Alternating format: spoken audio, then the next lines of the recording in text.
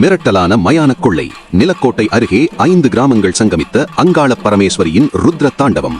பிரம்மஹத்தி தோஷம் நீக்கிய உக்ர அவதாரம். ஆயிரக்கணக்கான பக்தர்கள் பங்கேற்ற பிரம்மாண்ட மாசி உற்சவம். வணக்கம், உங்கள் சாணக்கியன் செய்திகள். திண்டுக்கல் மாவட்டம் நிலக்கோட்டை தாலுகாவில் உள்ள குண்டலப்பட்டி, மல்லியம்பட்டி, அணைப்பட்டி, சிறுநாயக்கன்பட்டி உள்ளிட்ட 5 கிராம 24 மனை தெலுங்கு சிட்டியார் சமூகத்தினரின் குலதெய்வமாக விளங்கும் அருள்மிகு அங்காள பரமேஸ்வரி அம்மனின் மாசி உற்சவ திருவிழா ஆன்மீக வரலாற்றையும் வீரத்தையும் பறைசாற்றும் வகையில் மிக எழுச்சியுடன் நடைபெற்றது.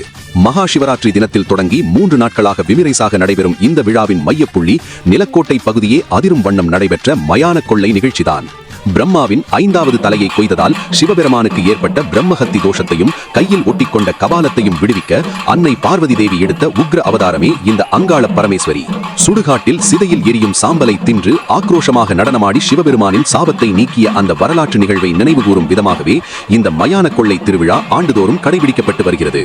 சாவக்கட்டு புளியந்தோப்பில் ஆயிரக்கணக்கான பக்தர்கள் புடைசூழ நடைபெற்ற மயான பூஜையில் சாமி ஆடியபடி பக்தர்கள் மயானத்தை நோக்கி சென்ற காட்சி மெய்சிலிர்க்க வைத்தது.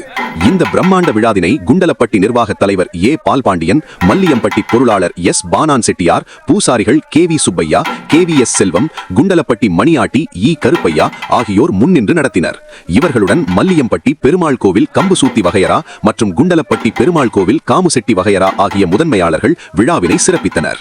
தீய சக்திகளை அழித்து தர்மத்தை நிலைநாட்ட அம்மன் சுடுகாட்டில் நிகழ்த்திய வேட்டையை விளக்கும் இந்த நிகழ்வில் பக்தர்கள் தானியங்களையும் சமைத்த உணவுகளையும் வாரி இறைத்து நேர்த்திக்கடனை செலுத்தினர். இந்த விழாவிற்கான பாதுகாப்பு மற்றும் ஏற்பாடுகளை மல்லியம்பட்டி நாட்டாமை PC போஸ் தலைமையில் நிர்வாகிகள் சன்னாசி செட்டியார், வீரையா, சன்னாசி, அணைப்பட்டி சுப்பிரமணி, ஐயர் செட்டியார், மகேஷ் கண்ணன், பூசாரி நாகராஜ், வீரமணி, சந்திரசேகர், ஆண்டி, தவமணி மற்றும் நிலக்கோட்டை பாலசுப்பிரமணி ஆகியோர் ஒருங்கிணைந்து செய்திருந்தனர்.